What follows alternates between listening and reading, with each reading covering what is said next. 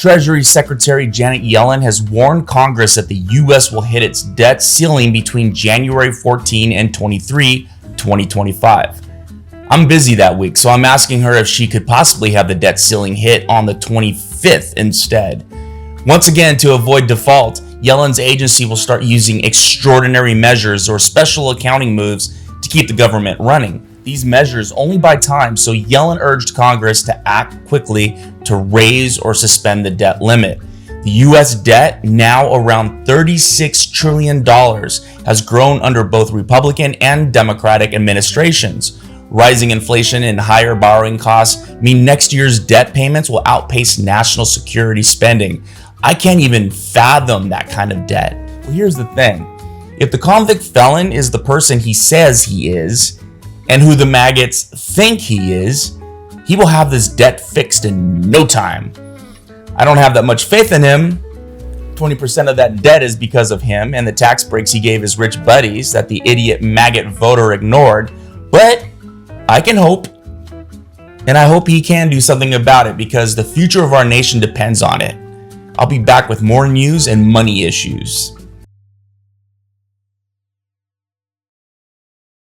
Senator Mike Lee is a maggot from Utah and a vile human being. He is calling for the repeal of the Corporate Transparency Act, or CTA, a law designed to fight money laundering and terrorism financing. Today, he promoted on Twitter, the official communications channel of Congress, I guess now, his Saving Privacy Act, which would undo the CTA.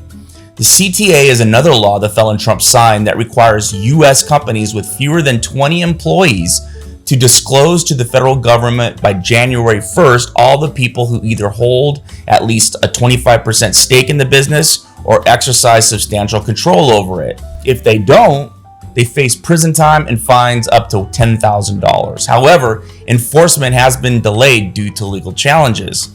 While Lee's stance gained support from some maggots and small business owners, the repeal could benefit money launderers. So here's the thing. Why do Lee and the idiot Tommy Tuberville want to protect money launderers? The answer is simple. This is what happens when we allow criminals to run our government. I wouldn't let a criminal run my company. It shows how simple and ignorant the MAGA voters are that they would want a criminal to run their company. Business partners suck. I'll be back with more news and a bag of money to launder.